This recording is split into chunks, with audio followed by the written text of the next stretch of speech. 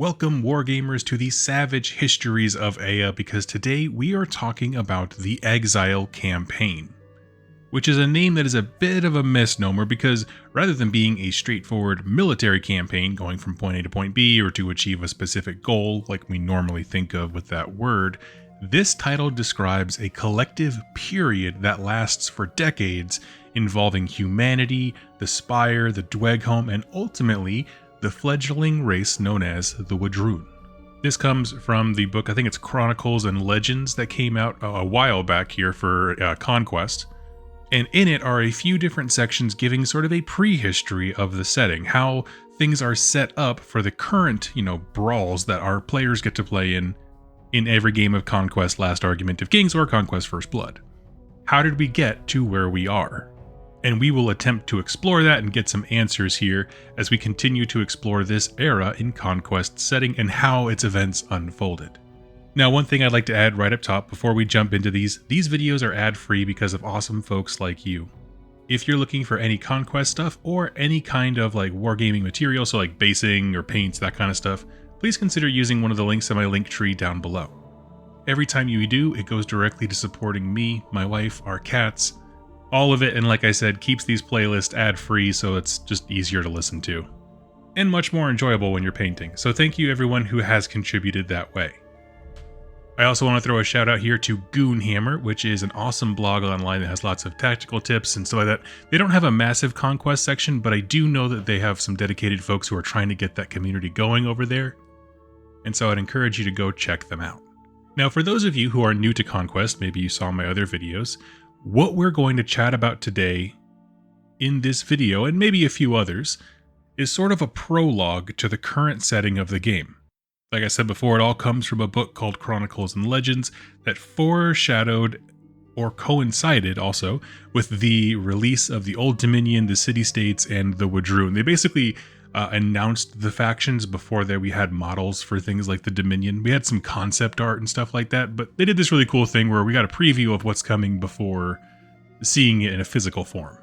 And so the goal of the book, Chronicles and Legends, quite frankly, is to firmly place these new factions into the setting, how they shaped the world as we know it today, and how they interact with the other factions that we do know about.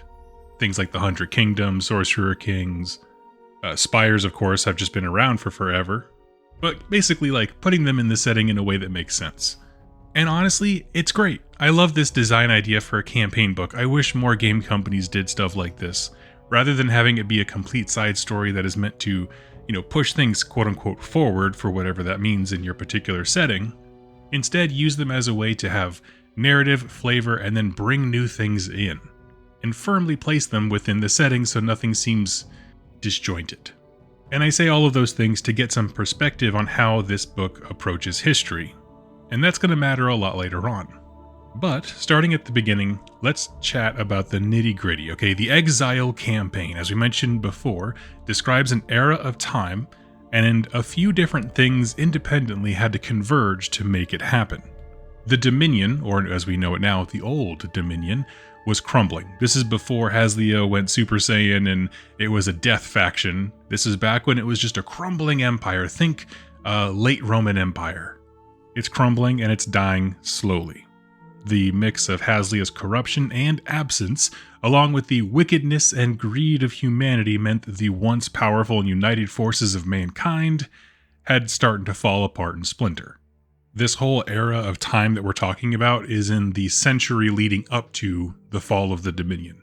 Now, some people had already seen the writing on the wall and looked to escape this. We talked about this a bit in the City-States faction lore. This is the time frame when the City-States as an idea were first conceptualized and the building of them got underway. And the same thing goes for the 100 Kingdoms. There were already people looking at what's happening in the Dominion being like, this is all going to fall apart. We need to find some place to start over. And they start headed, I believe it's west over the ridge to get founding what we know as the 100 Kingdoms. At the same time, a bunch of wizards are getting really uppity about Haslia and will eventually become the Sorcerer Kings that strike him down. I mean, all these things are brewing, even though they're all under the umbrella right now of the Dominion. Now, in a desperate attempt, I guess, or effort to keep the populace unified, the religious leaders of the Dominion called a holy crusade. Haslia had spoken to them and demanded the fall of the exiles.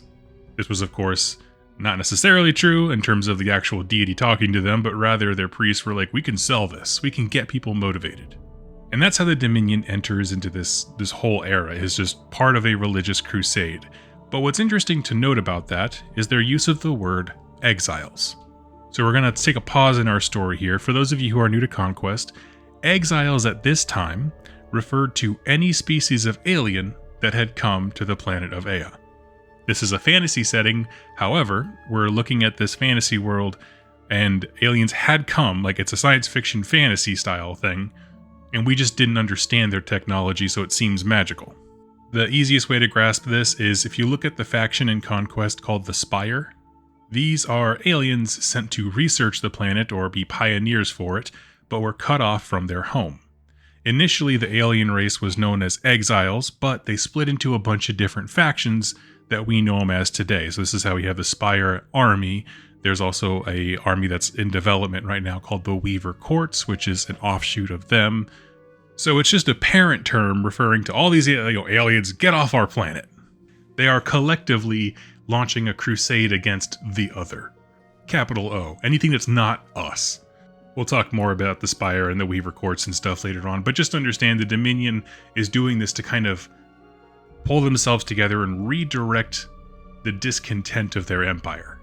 At the same time as that is happening, the Dweghome, which are the dwarves of the, Ea universe, or Conquest universe rather, are having their own little side quest called the Memory Wars. Essentially, a civil war between various holds and clans of Dweghome that is tied directly to their origins as well. If you want to understand the Memory Wars, you have to go watch my videos on that. But just understand it's all these different clans fighting over who is right. What is the correct form of leadership? Who has the most glory? That kind of stuff. And their leaders, the Mamancers of their faction, essentially pull the same card, right? Hey everybody, why fight each other when we could fight others and claim their land? And so the Dweghome launched their largest unified assault that anyone else at that time had seen, with a bullseye directed right at some spires in the nearby area. For the same reason, right? It's easier to pick up and go after the other than it is to just fight yourselves until you die. So this is how we get the humans in the Dweghome, right? They're seeing the spires in the distance as their opportunity to unify their populace and go fight something. But what about the receiving end? The exiles are wondering why all these lesser life forms are lining up to kill them. Go see my video on the Spire if you want to learn how we got here, a little bit how the exiles got here and all that kind of stuff, but they're essentially looking down at what they perceive to be the local fauna getting kind of uppity, and they can't figure out why. It's not like the Spires have been, claiming territory, harvesting all biomatter, turning people into mutants and horrors for both business and pleasure. I don't understand why everyone's so mad. But they do, like they always do, which is, I'm going to treat this like it's a vermin infestation, and I'm going to purge it so we can get back to work. Because from their perspective, that's what the human and Dweghome are. So with our main forces kind of laid out there, let's talk about the results of this. I'm not going to bury the lead, and the book doesn't either. This is a massively important part of history. And like I said, it's the foundations of the current setting. In this campaign, 2 spires fall, which is monumental because none had fallen for hundreds of years before then. The lesser life forms of Ea just really couldn't bring it together to topple such an advanced, species, race, structure. I mean, even just the literal structure of the Spire was hard to deal with. In the mayhem, 3 entire Dweghome clans disappear, which is still remembered as the memory of loss. The Weaver Courts, as a faction, mourned this time as it divided the exiles even further, and they have an entire, subculture called the Song of Autumn to memorialize this period. And of course, as we mentioned before, the Wadroon are born as a species and then as a culture. Now, right up here at the beginning is a good time to break down kind of the structure of the war. Essentially, the Exile Campaign is divided into the north and the southern marches. Spires, which is kind of confusing. Like, the actual structure is called a spire, but the faction that owns them are called the Spires because they come out of them, and that's the only thing people know them by. So when I say spire, understand, we're talking about the giant edifice coming out of the ground that the Spire faction works out of. Anyway, spires dot the planet, but this fight was centered around two that straddled the Dominion and Dweghome empires, one north and one south. This book gives a summary of the northern marches pretty quickly, and then it kind of really just emphasizes the overwhelming majority of the story here, though, happens in the south. Right, so we get a sum up for the north and details in the south, which is what the rest of the series is going to cover. Really quickly here, what happened in the north? Well, the Dweghome clans of Giadom and Uodom loosely collaborated to go hunt exiles together. They were ordered to put the memory wars behind them and work together by their Mamancers in their factions, and this is at first very frictious, but over the course of a few fights, chasing the exiles up north, they start getting into it, and they start to basically deploy uneasy alliances, and then all of a sudden by the end of it, they're deploying as brothers in arms. They made a beeline, headed directly north, and then just kind of tore through different exile stuff. Lots of enclaves of Weaver Courts, armies for the Spire that not necessarily are linked to a specific one, raiding caravan lines, that kind of stuff. And then the army splits into two, going east and west. The Eastern Army fought the Dominion, the Western Army fought the remaining Weavers. And honestly, that's all the book really has to say about the march in the north. But of course, like I said, the real meat is in the south, and that's what we're going to focus on going forward. Now, I like to end all my videos talking about why is this cool, right? We've done a lot of stage setting in this particular video, but we're going to get into the actual plot here next time. Placing the armies into the setting is so important, and there's tons of examples of game companies doing it poorly. How many times have you thought to yourself, as a new army releases for your favorite miniature game, where in the heck have these guys always been? Like, it's cool if you just say they arrived, but if you then try to retroactively tell me that they've always been here, you have to work them into the setting. It's not that it's, a bad idea or can't be done. It just requires work. And that's the work that I see on display in this particular book, Chronicles and Legends, and I love it for it. It gives us a deeper understanding of the Old Dominion in addition to what is on the Conquest website. If you haven't seen this book, essentially the articles of lore that they have for the various sub-factions and stuff is printed out in here, which is okay, it's of middle value, but then the stories you get kind of contextualize them in a very interesting way. Because we see it now what it's like as a toppling empire that everyone saw falling. Refugees are already fleeing, again to found city-states, 100 kingdoms, sorcerer kings. This is when Haslia starts to fall apart and the cabal responsible for his demise is forming, but they aren't really a faction yet. My point is, though, is that this book lays the groundwork for all the current factions in strife, and I love it.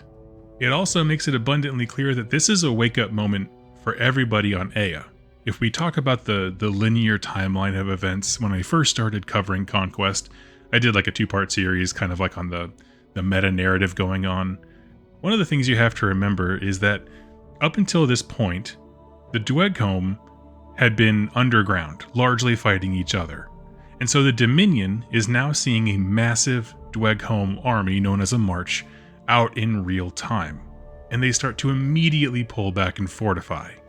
The exiles, the Spire and Weaver Courts as we would know them now, are stunned because they didn't think any of these lesser life forms could pose the kind of risk that they are. Right? And that same lesson extends to the Dominion of all of a sudden, there's just dwarves everywhere, and they're kitted out for the most extreme warfare. But also, from the Spire perspective, we also can't have these humans pushing back, right? You can't have the lab rats running the lab. And so you get all these really fun perspectives as all of these armies try to size each other up.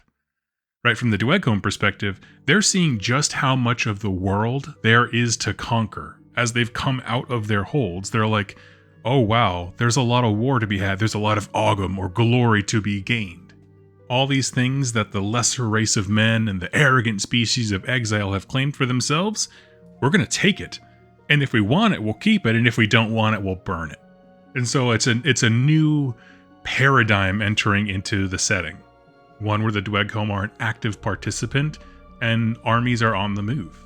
And while this section of the campaign, the northern one, like went by just in a matter of paragraphs, I think it was like honestly 3 paragraphs, it's because these 2 holds that they mentioned work well together. And that's why things went really smooth and why you only need 3 paragraphs to explain it.